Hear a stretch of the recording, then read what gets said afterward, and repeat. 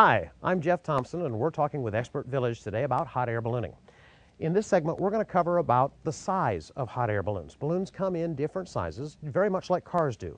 You have small sports cars that'll carry 2 people, and you have big buses that'll carry 20 or 30. And balloons are the same way. Here is a balloon that carries a pilot plus 2 or 3 passengers. This balloon on my right will carry a pilot plus up to 6 passengers. And there are balloons that are even bigger than that.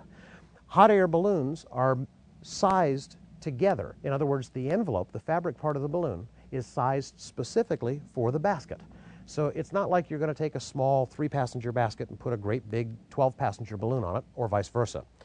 The envelope, the fabric part of the balloon, range anywhere from a small balloon that'll hold 77,000 cubic feet of air up to a large balloon that'll hold over 200,000 cubic feet of air and carry as many as pilot plus 12 to 14 passengers.